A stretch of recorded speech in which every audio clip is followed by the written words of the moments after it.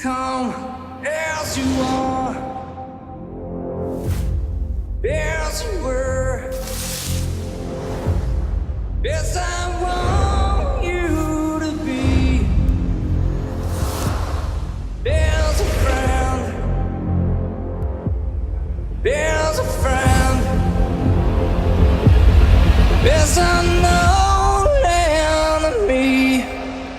You think the four of you can save New York? You can't even save yourselves.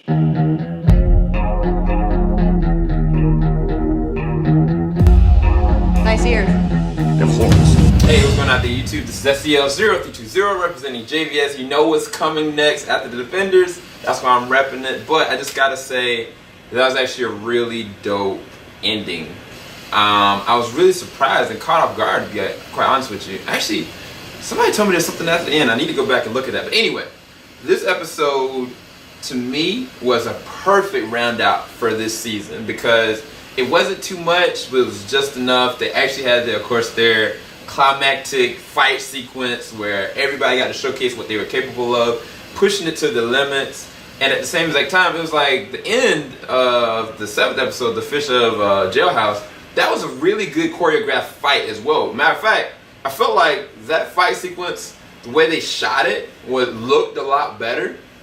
But this one, it was all about the resolve, what Daredevil was going to do to lead them to what they needed to get this accomplished. And Stick had been saying for years, like, you need to be that soldier to lead them. And he definitely cemented that. Like, he went down there knowing that he was going to potentially die. And they all followed him. They all rallied behind him. Even with the crazy idea of blowing up the entire building, you know, there was ramifications on every single point. Even like Colleen, Misty Knight, Claire, they all put their hope that they could, you know, make a difference with this. I think that Misty lost the most. If you guys know the comics, you understand why that needed to happen. But the ramifications of what's going to happen moving forward with Daredevil are the things that's the crazy thing. Like that fight with Daredevil and Elektra was one of the more emotional fights. Like, I think it was more emotional in the season 2 fight at the very end after she died. Like, I thought that this one was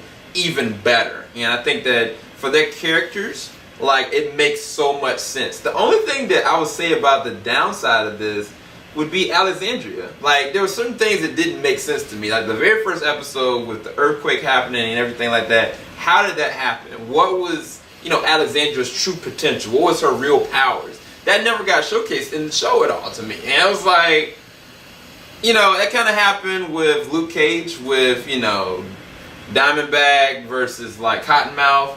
You know, I don't know. I can definitely say that they definitely platformed Elektra in a really good way as far as the whole series is concerned. But I'll talk about that more in my whole season review a little bit later on tonight when I've had a little bit more time to kind of marinate on everything and just telling you how I really felt about it.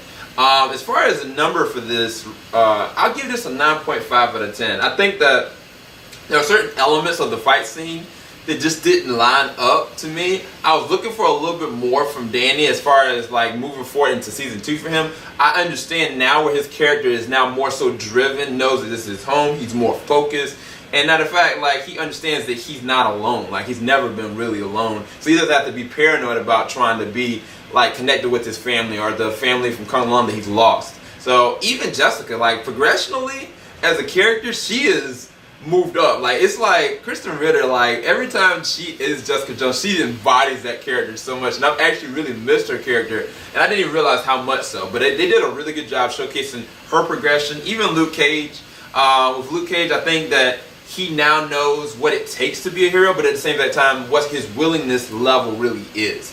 For him to kind of go in the beginning and kind of like, okay, all right, let's do this, but let's protect all life at all costs. And then even what Stick said, that like, you can't hold back sometimes, you know? And he couldn't hold back. Like, these guys, the hand were relentless, low-key in this one. And of course, Daredevil, like, Charlie Cox is amazing as Matt Murdock and Daredevil. Like, when he is Daredevil, he is a totally different person. When he is Matt Murdock, he's a totally different person. And it's like, I said it before, but to me, this last episode was really kind of like the Dark Knight kind of ending, or the Dark Knight Rises kind of ending, It very much so felt like him kind of embodying like how Batman is as a character, and I just love what they did with Matt and made the center around all of them, but he kind of was at the helm, even though his reluctancy was there, and it wasn't like his reluctancy was too like it's like it didn't make sense, like it made complete sense. And even with Karen and Foggy at the very end, I was kind of like taken back from that. I was like, okay, all right, they understand his sacrifice, you know, kind of thing. But then if you look at the very last sequence, what happened? So again, I give this episode a 9.5 out of 10. As a whole, I'll talk about the season a little bit later on. Keep it locked. JVS, we ain't gonna stop. I'm gonna go back to the very last episode. Somebody said something was after the credits, so I'm about to go try to react to that in just a second. Peace, everybody. You can't even save yourselves.